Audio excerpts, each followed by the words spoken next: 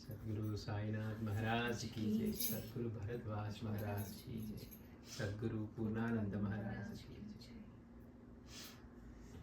తమకున్న అపార జ్ఞాన సంపదకు మేధస్సుకు ఐఏఎస్ ఆఫీసర్గా పేరు ప్రఖ్యాతలతో ప్రశంసా పత్రాలను పొందాలనే తాపత్రయం ఆరాటం భరద్వాజ్ గారిలో కనపడదు.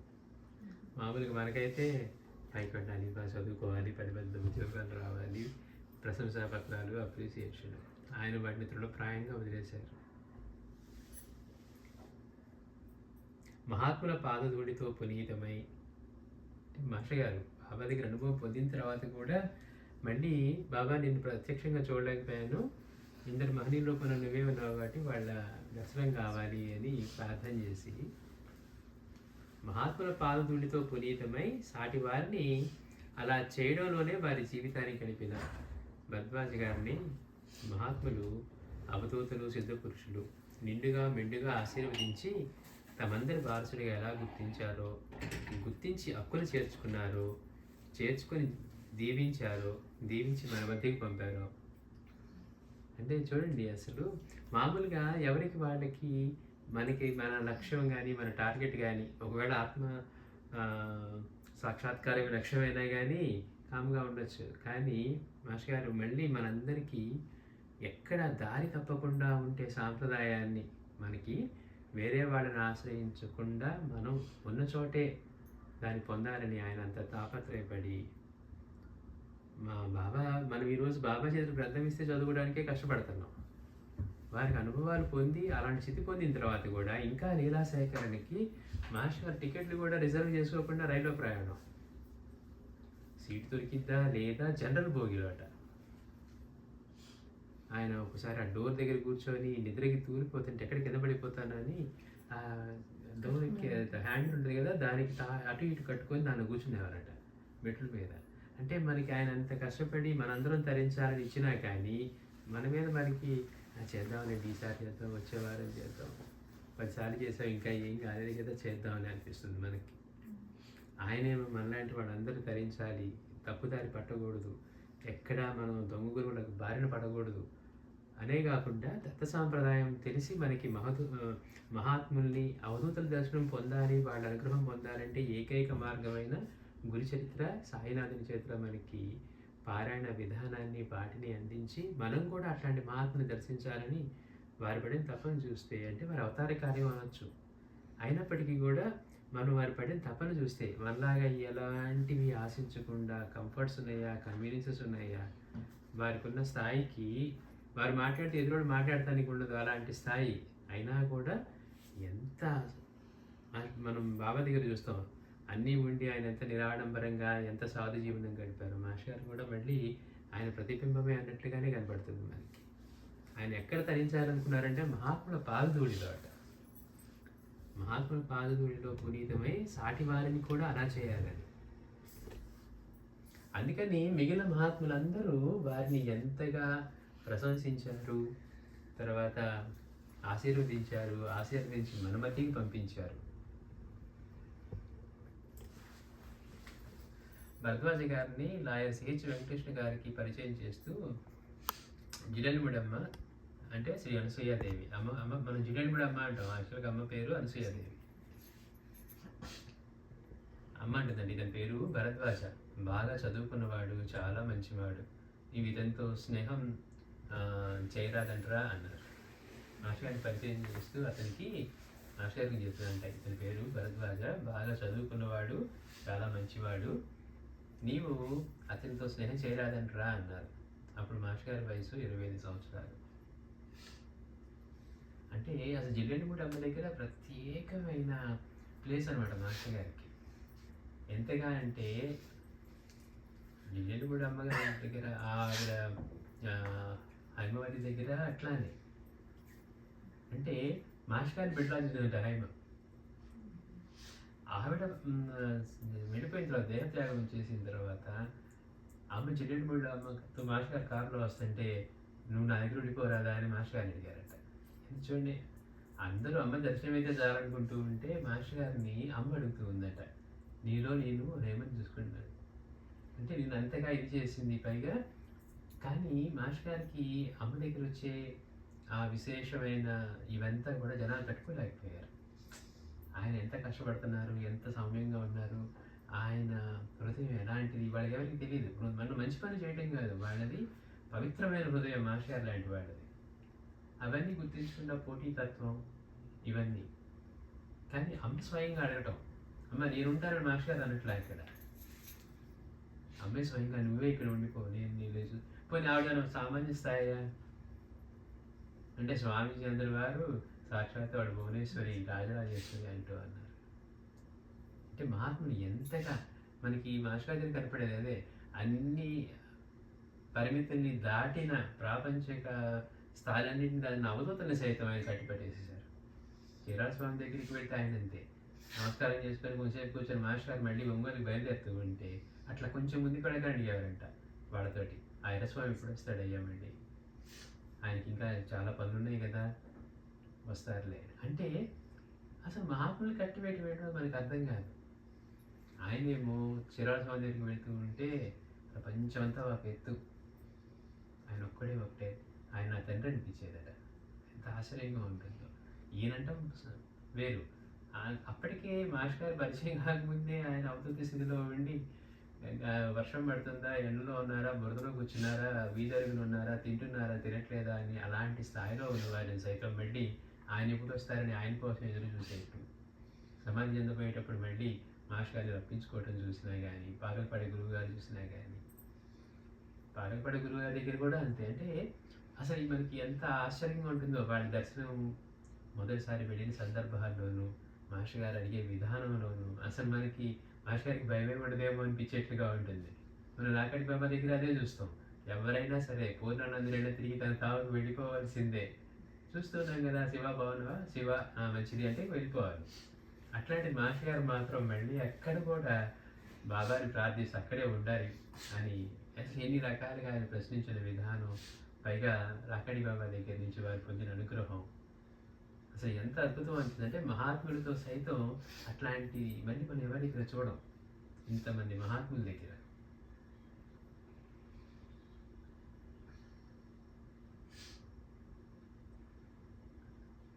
రంగన బాబు గారేమో చిన్న కలెక్టర్ బాబు అనేవారట మాస్టర్ గారిని. చిన్న కలెక్టర్ గారు అనడానికి చిన్న కలెక్టర్ బాబు బాగున్నారా, ఆయనకేమయ్యా మహారాజ్ అని అంటూ ఉండేవారు రంగన బాబు గారు. రంగన బాబు గారు అంటే సామాన్యుల సాక్షాత్ ప్రతిరోజు రామచంద్రుడి దర్శనం. మాట్లాడుతూ చేయి తీసి అమ్మవారు ఇప్పుడే దోసేసి ఇచ్చారు, పెసరట్టలు ఇచ్చేవారట. అట్లా ఎంత అంటే అంత నిత్య భగవత్ సాక్షాత్కారం సాన్నిధ్యం ఉన్న వాళ్ళు సైతం మాస్టర్ గారితో ఎట్లా ఉంటూ ఉన్నారు, ఆయనకేమయ్యా మహారాజు అని. పాలకపాడు గురువు గారు కూడా అంటారు, నీవు పోతున్న మార్గం కూడా రాజబాటే. అంటే మాస్టర్ గారికి ఒక్క క్షణం అనిపించిందట, ఎవరైతే ఆ మంత్రం చేసి సిద్ధి పొందారో, గాయత్రి సిద్ధి పొందారో, మంత్రం తీసుకుంటే అది చేసి సిద్ధి పొందిన వారి దగ్గర తీసుకోవాలి. డబ్బులకే మన మంత్రాలు తెలుసు, లేకపోతే మనకి ఎవరో ఇంకో గురువు చెప్పారు, పూర్ణత లేని వారు, లేకపోతే తీసుకున్నవాడు ఇంకా దాంతో పూర్ణత చెందలేదు, అలాంటి వాడే తీసుకుంటే ప్రయోజనం ఉండదట. అందుకని మాస్టర్ గారికి బాబు గారు చెప్పిన తర్వాత అంటే ఆయన అడిగారు కదా, బాబు గారు ఇవన్నీ ఎలా జరుగుతున్నాయి అని అడిగారట. ఆయనలో మంచి మూడ్లో ఉండి చెప్పారు. మామూలుగా అయితే అటు ఇటు చూసేవారట, వేరే వాళ్ళదైతే 2 బుద్ధులు ఇటు పంపించేవాడట. కానీ మాస్టర్ గారిని అడిగింది అడగబోయే చెప్తాను అన్నారట. అని ఆయన ఎంత వినమ్రంగా చెప్తారంటే, గాయత్రి సిద్ధి అంటే అన్నీ అమ్మనే అడిగితే అమ్మే చేస్తుంది, మనం అడగక్కర్లేదు, ఆవిడే చేస్తుంది. ఈ జరిగేదంతా కూడా ఎంత చక్కగా చెప్తారంటే ఎక్కడ అహంకారం ఉండదు. చిన్న బిడ్డని తల్లి ఎలా చూసుకుంటుందో గాయత్రి మాత అలా చూసుకుంటుంది అని చెప్పి మాస్టర్ గారు అలాంటిది వాళ్ళ దగ్గర సిద్ధి, అలాంటి వాళ్ళ దగ్గర నుంచి ఒక క్షణం మంత్రం పొంది అలాంటి వాళ్ళ దగ్గర పొందాలి అర్హత అని అనుకోగానే అన్నారంట, అక్కర్లేదయ్యా నీవు వెళ్ళేది కూడా రాసిబాటే. చూడండి, అంటే మనకు తెలియట్లేదు మనం ఉన్నది బాబా సాంప్రదాయంలో పారాయణ చేసుకోవటం అంటే బాబా నడిపే బస్సులో మనకి కూర్చోవటం అంటే మనం చేసే పని. ఎక్కడికి తీసుకెళ్ళాలి, ఎలా తీసుకెళ్ళాలో సురక్షితంగా ఆయన తీసుకువెళ్తారు. కష్టపడి చేసే పని లేదు, హాయిగా కంఫర్టబుల్గా బస్సులో కూర్చోవటం, వేరే సాధన లేవు, కష్టం లేదు, అది చేయి ఇది చేయలేదు, మనసు ఆయనకు అర్పించామా చాలు. దానికి సాధనగా మనకి మాస్టర్ గారు లీలామృతము, మహాత్ముని చరిత్రలు, కుల చరిత్ర అంటే ఇటు సాయి, మనకి సాయి అనుగ్రహం, మళ్ళీ మనకు కూడా మన కోరిక కలుగుతుంది, మనం కూడా ఎవరన్నా మహనీయుల దగ్గరికి వెళ్తే ఎంత బాగుంటుంది, ఇప్పుడు మనం ఇంతమంది మహనీయుల చరిత్రలో లీలలు వింటూ ఉంటే మన మనసుకి గట్టిగా అనిపిస్తుంది, అబ్బా ఇట్లాంటి మహాత్ముడి దగ్గర ఒక్కసారి నావాడు, లేకపోతే ఇగో ఈ తల్లి రోజు నాకు ఇది పెడుతుంది అనిపించుకోవడం ఎంత సంతోషంగా ఉంటుంది. ఏం చేస్తే వస్తుంది అది. మరి అలాంటివి కోరుకున్నప్పుడు మనకి ఏం జరగాలంటే మాస్టర్ అది చెప్పారు, మీరు పారాయణ చేస్తూ ఉంటే శ్రీ గురు చరిత్ర లీలామృతం వాళ్ళు మనకి అవకాశాన్ని కలిగిస్తారు. కోరిక అలాంటిది బలంగా ఉండి, బాబా నువ్వు ఎక్కడ, నువ్వు ఏ అవధూత రూపంలో అన్నా నాకు తెలిసిన మిమ్మల్ని అడిగితే పిలిపిస్తారట ఆయనే.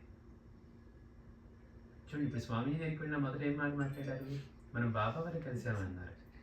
అంటే వేరేది కాదు, అయినప్పటికీ కూడా మనం ఆయన దగ్గరికి వెళ్ళడానికి కారణం ఏంటి, చరిత్రపారాయణ చేసుకోవడం, సత్సంగం చేసుకోవడం.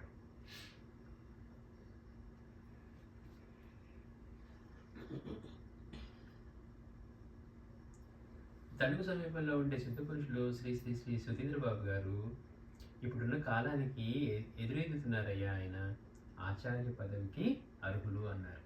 మరి ఎంత గొప్పవారో సుధీంద్ర బాబు గారు అంటే కూడా సామాన్యులు గారు, చాలా గొప్పవారు. అమ్మ అతన్ని పెద్ద బాబు అని, మాస్టర్ గారిని చిన్న బాబు అని అంటూ ఉండేవారు.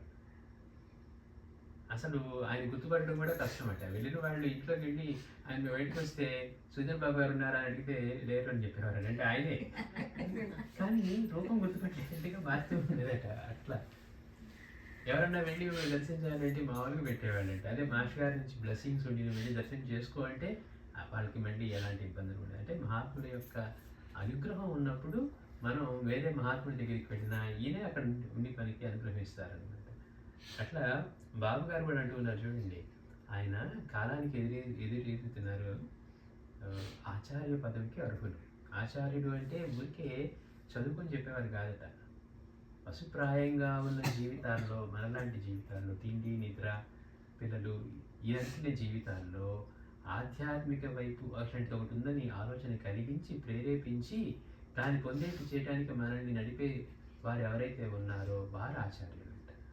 మనమేమనుకుంటాం, శాస్త్రాలు చదువుకున్నాడండి, వీళ్ళు చెప్తూ ఉన్నారు, మంచి నీతులు చెప్తారు, సూక్తులు చెప్తారంటే ఉపయోగం లేదట. అలాంటి వారు ఆచార్యులు అట. ఆయన పర్టికులర్గా చెప్తారు, పశుప్రాయంగా ఉండే మన జీవితాలకి మనకి కూడా పారమార్థిక జీవితాన్ని వైపు ప్రేరేపించి నడిపించి మనం పొందేట్టు చేసేవారు ఎవరైతే ఉన్నారో వారు ఆచార్యులు. అందుకని ఆయన ఏమంటున్నారు, వారు ఆచార్య పదవికి అర్హులు. అంటే మాస్టర్ గారు ఎంత తపన పడుతూ ఉన్నారు. ఆ ఎర్రస్వామి ఎప్పుడొస్తాడు, ఎర్రస్వామి ఎప్పుడొస్తాడయ్యా అంటూ ఆతులతో అడిగేవారు సాధారణంగా ఎవరిని పట్టించుకొని ప్రాపంచిక వదలు దాటిన అవధూత చిరాల స్వామి. ఎంత ఆశ్చర్యం. అంటే మహనీయుని సైతం ఆయన ఎప్పుడొస్తారో ఆయన చూడాలని ఎంత ప్రేమ. ప్రేమకే వాడు పరాకాష్ఠగా ఉంటారు. కానీ మళ్ళీ వాళ్ళతో కూడా మళ్ళీ వీళ్ళు కూడా సామాన్యంగా మనలాగే కోరుకుంటున్నారా అన్నంత ఇదిగా ఉండేదట.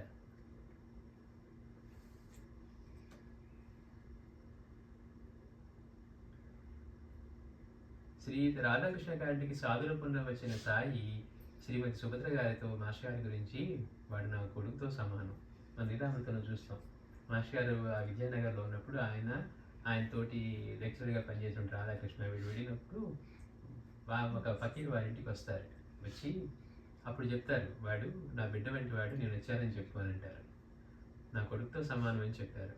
అట్లానే మాస్టర్ గారు పూణేలో శ్రీ వాసుదేవానంద సరస్వతి స్వామి ప్రత్యక్ష శిష్యులకు శ్రీ గుడవని మహారాజు గారిని దర్శించినప్పుడు వారు ఆవో సాయిబాబాకా బేట అన్నారు. వారెవరు చెప్పలేదు కదా, మాస్టర్ గారిని పలానా చోట నుంచి వస్తున్నాను, లేకపోతే ఇంకోటి నా పేరు ఇదని ఏం చెప్పాలా. మాస్టర్ గారిని చూడగానే వారు అన్నదేంటి, ఆవో సాయిబాబాకా బేట అన్నారు. అంటే మరి ప్రతి శ్వాసలోనూ, ప్రతి తలంపులోనూ, ప్రతి రూపంలోనూ ఆయనని దింపుకున్న ఆయనకి ఈయన ఆయన బిడ్డగానే కనపడ్డారు. పైగా అక్కడ బాబా చెప్తున్నారు కదా, ఆవో సాయిబాబాకా బేట అన్నారు. అలాగే శ్రీ రాకాడి బాబా వారు, నీవెక్కడ నమస్కరిస్తే అక్కడ సాయినాథుని పాదాలు ఉంటాయి, నీకు మా దర్శనమైన పూర్ణానందునితో పరిచయమైన సాయి ఆదేశానుసారమే జరిగింది. మాస్టర్ గారికి కూడా అందుకే అంటారు కదా, నీ తండ్రి యొక్క ఆశీస్సులు గొప్పవి, అట్లాగే నువ్వు ఎక్కడ నమస్కరిస్తే అక్కడ సాయినాథుని పాదాలే ఉంటాయి. ఆ రూపంలో కూడా వారే ఉన్నారని ఆయన ఎక్కడికి వెళ్ళినా. అందుకని బాబా అంటున్నారు, నీవు ఎక్కడ నమస్కరిస్తే అక్కడ సాయినాథుని పాదాలు ఉంటాయి, నీకు మా దర్శనమైన పూర్ణానందునితో పరిచయం అయినా కూడా అది సాయి ఆదేశానుసారమే జరిగింది అని మాస్టర్ గారిని ఆశీర్వదించారు రక్కడి బాబా. స్వామి అంటున్నారు, సాయిని విశ్వాస నిశ్వాసంలో నింపుకున్న సాయి భక్తుడివి, మీ సంకల్పం విశ్వశక్తినే ప్రేరేపించగలదు.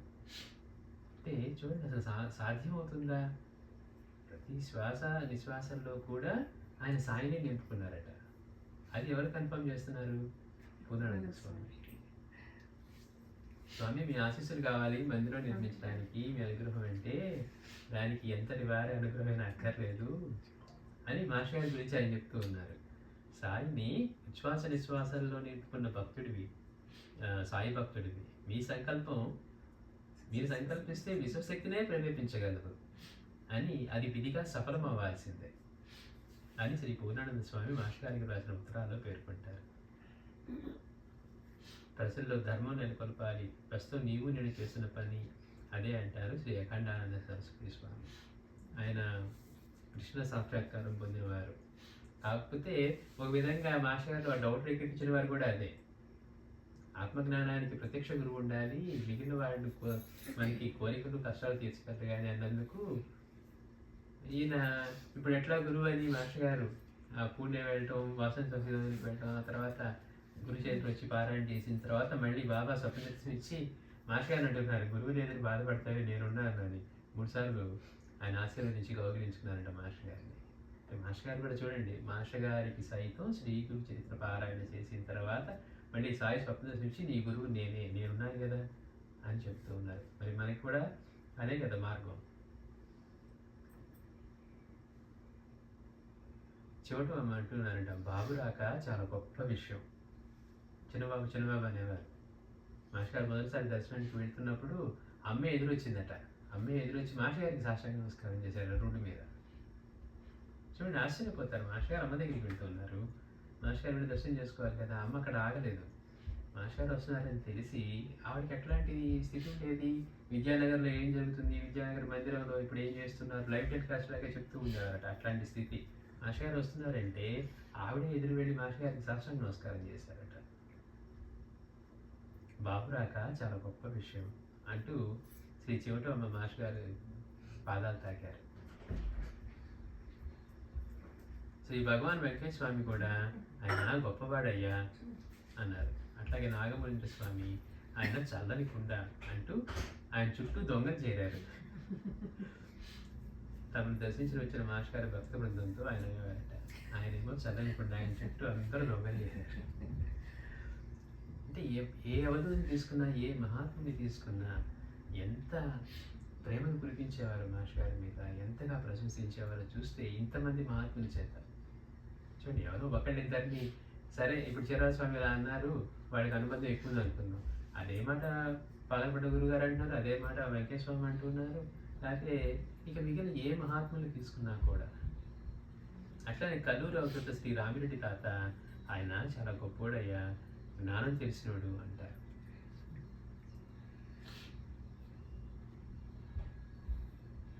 ఒకసారి తాతగారు ఒంగోలు మాస్టర్ గారి ఇంటికి రాగా భక్తులు ఎవరి స్వామి ఇదంటే దత్తుడిల్లే అన్నారు. అని మాస్టర్ గారి ఫోటోని చూపగా దత్తాత్రేయుడు అన్నారు. మాస్టర్ గారి ఫోటోని చూపిస్తే రామిరెడ్డి తాతగారు అంటున్నారట ఆయన గొప్ప అవధూత, ఆయన అంటున్నారు ఇది దత్తుడిల్లే అని. మాస్టర్ గారి ఫోటోని చూపిస్తే ఆయన దత్తాత్రేయుడు అన్నారు. మాస్టర్ గారు మనకి ఏం చెప్తారు, నేను ఇంతకాలంగా సాయిని సేవిస్తూ పూజిస్తూ ఆయన గురించి రచనలు చేస్తూ మాట్లాడుతూ సత్సంగాలు చేస్తుంటూ వాళ్ళు ప్రీతి చెంది మరి ఇంట్లోనే ఉన్నారని చెప్తున్నారంట. నిజమైన మహాత్ముడు ఎప్పుడు అలానే ఉంటాడు, పొరపాటు కూడా దొరకరు, పిడికి విప్పరు.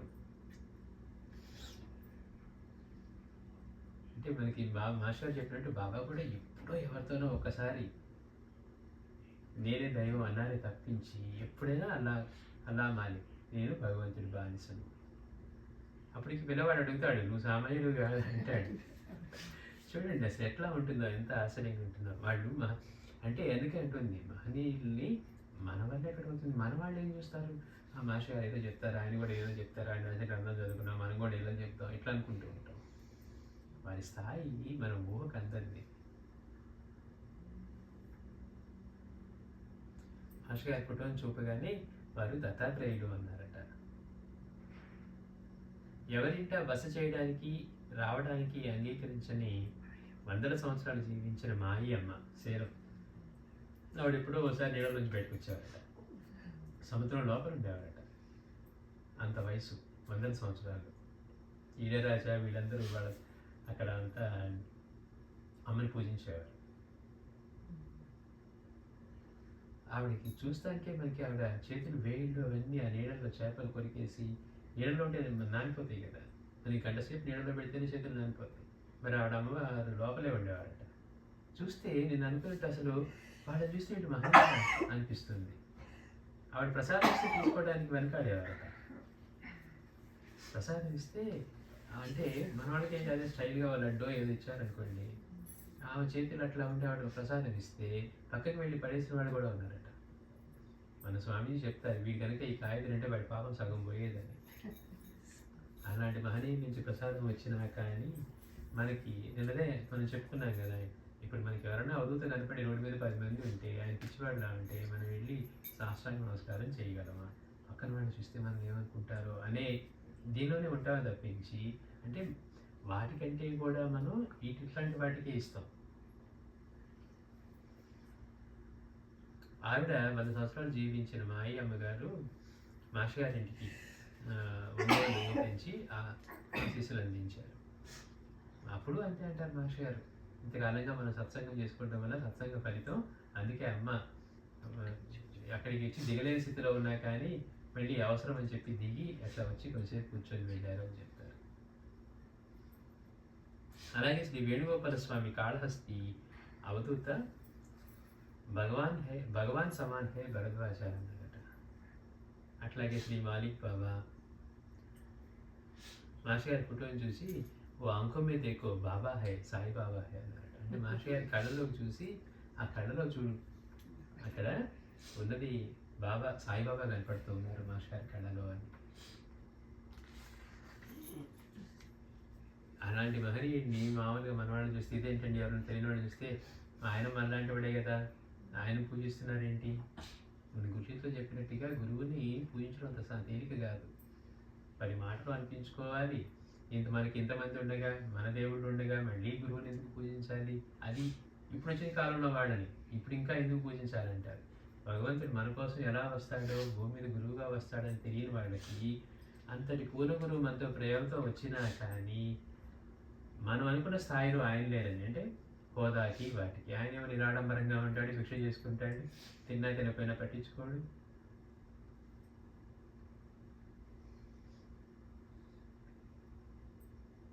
ఆయన అమాయకుడు. బాబా గురించి కరెక్ట్గా చెప్తాడు. బాబా గురించి చెప్పేవారిలో బాబాని చూడకుంటే ఇంకెవరిలో చూస్తాము అంటారు. షిరిడీలో 40 సంవత్సరాలుగా సాయిని సేవించిన శ్రీ శివనేశ్వర స్వామి. ఆయనే కదా అన్నది, బాబా నాకు వారు మళ్ళీ కనపడతారా అని చూస్తూ ఉంటే నాకు భరద్వాజ కనపడ్డాడు అలా అని. చూడండి, అట్లాగే మాస్టర్ రాసిన గ్రంథానికి కూడా మనకి బాబా ఆశీస్సులు ఉన్నాయని చెప్తూ శివనేశ్వర స్వామి మాస్టర్ గారికి లేఖ రాస్తారు. నేను ఇచ్చిన గ్రంథం చదువుతూ ఉంటే అప్పుడు బాబా వస్తారు. ఎట్లా వచ్చారట అంటే వారికి ఆయన షూస్ వేసుకొని వచ్చారట లోపలికి. వచ్చి ఏం చదువుతున్నారు అడిగి ఇట్లా అంటే భరద్వాజ రచన అంటే చాలా బాగుంది చదువున్నారట. మొదటి రోజు వీళ్ళ కూడా చదువుతుంది. మాస్టర్ మొదటిగా ఆయనకి ఇచ్చారు, కానీ ఆయన ఏమంటున్నారు, చదువు బాగుంది అన్నారట. ఈయనెవరు వింతగా ఉన్నాడని వెళ్తే ఆయన మళ్ళీ కనపడలేదట. అంటే అప్పుడు మాస్టర్ గారికి లేఖ రాసి ఇలా చదువుతూ ఉంటే బాబా ఆశీస్సులు లభించాయి అంటే ఆయన కన్ఫర్మ్ చేస్తున్నారు. మాస్టర్ గారు ఇలా కంప్లీట్ అయ్యి ప్రచారం చేసిన తర్వాత కూడా మాస్టర్ గారు అన్నమాట, అదే నా బాబా నీ వచ్చిన పని అయిపోయింది. చూడండి, అంటే ఇప్పుడు మనం ఈ రోజున ఏం తెలియకపోయినా బాబా గురించి తెలుసుకొని మాస్టర్ గారి ద్వారా సత్సంగాలు చేసుకుంటూ కనీసం గుడ్డిగా పట్టకుండా ఎందుకు చేస్తున్నామో తెలుసుకొని దీన్ని కాంక్షించేంతగా, అంటే ఇది కావాలి, చేసినా చేయకపోయినా కావాలనే కోరికను మాత్రం కలిగి ఉంటాం. చూడండి, అంటే అది తీవ్రమైందా, నిజంగా అది పొందేదానికి తపన పడుతున్నామా అనేది వేరే విషయం. కానీ కనీసం మన లక్ష్యం ఇది, మనం పొందాల్సింది మహాత్ముల దగ్గర గడపాలి, మహాత్ములతో జీవించాలి, వాళ్ళ సన్నిధిలో వాళ్ళ ప్రేమతో బతకాలి. మనకి పదవులు వాళ్ళందరూ వదిలేసి వచ్చారు. మనం స్వామీజీ చేతుల్లో చెప్పుకుంటాం. ఆయన ఆ ఫుడ్ దానికి అంత పెద్ద పదవిలో ఉండి నాగభూషణం గారు ఆయన దృఢప్రాయంగా వదిలేసి వచ్చేస్తున్నారు. స్వామి నాకు వద్దు అంటే ఆయన వదలడానికి సిద్ధంగా లేరు. కానీ స్వామీజీ సరే అన్నారు, అయిపోయింది. మొత్తం ఎట్లా తిరిగాయంటే ఎక్కడెక్కడో ఏదో జరుగుతున్న ఈవెంట్స్ ఇక్కడ వాళ్ళంతా వెళ్ళిపోయారు. కొత్తవాడు వచ్చారు, ఓ నువ్వు తీసుకోవాల్సిన అడ్మిట్ అని ఇచ్చేసారు. మనమేమో పదవిలోకి వెళ్తే ఇంకోటి వెళ్తే ఇంకోటి అనుకుంటాం. బుటీని చూసినా అదే. అంత ధనం ఉండి ఆయన బాబా దగ్గరికి వచ్చి ఆయన ఎప్పుడు మసీదు వెళ్ళి కూర్చునేవాడంట. ఇల్లు లేదు, ఏమీ లేదు. ఎప్పుడో 3 నెలలకు 4 నెలలకు 2 నెలలకి అట్లా వెళ్ళేవాడట. అంటే ఆయన సన్నిధే సుఖం, ఆయన సన్నిధే ఆనందం. పొందాల్సింది ఏదైనా ఉంది అంటే ఆయన సన్నిధి. అట్లా ఎవరు శ్రీ కాశిరెడ్డి నాయన అహోబిలం కర్నూలు జిల్లా మాస్కారి భక్తులతో పెద్ద ఆయన గ్రంథం వస్తుంది, గొప్ప గ్రంథం వస్తుంది అని ఆశీస్సులు అందించారు. నాను మహారాజ్ ఇండోర్ శ్రీ వాసుదేవ సరస్వతి స్వామి ప్రత్యక్ష శిష్యులు మాస్టర్ గారిని దర్శించుకున్నప్పుడు భరద్వాజ అన్నమాట.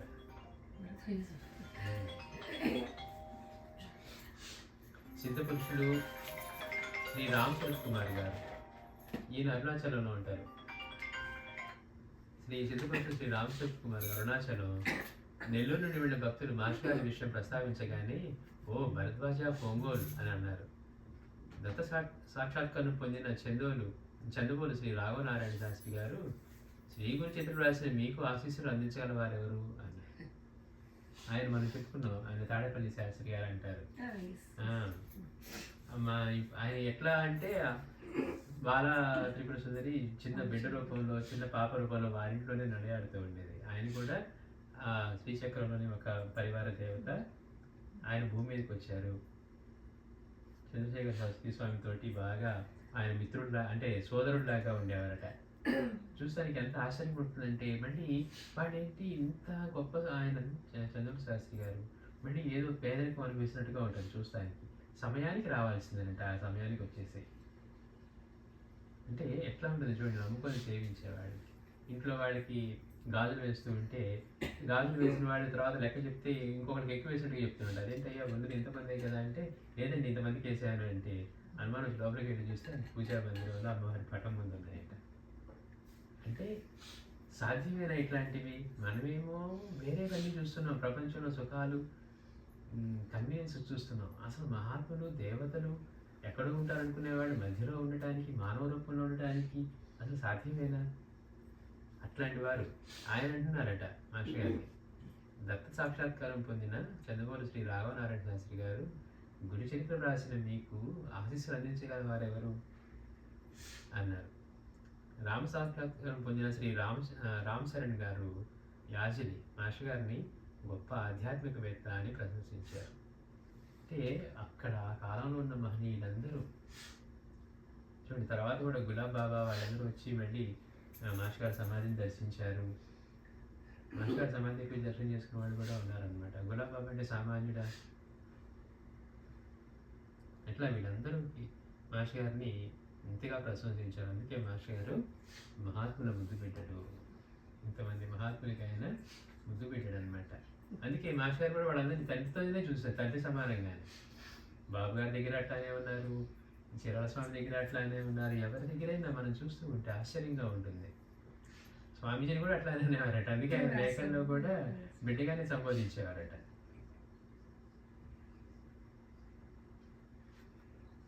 అది మన మహాత్ములు ముద్దు బిడ్డడు. మాస్టర్ గారిని ఎట్లా మహాత్ములందరూ ప్రశంసించారు. మనం అనుకునే ఒంగోలు లెక్చరర్గా పనిచేసిన మాస్టర్ గారు అంటే ఎవరు అనుకుంటున్నారు అంటే ఆయన సాక్షాత్ దత్తాత్రేయ స్వామి. శ్రీ సచ్చిదానంద సద్గురు సాయినాథ్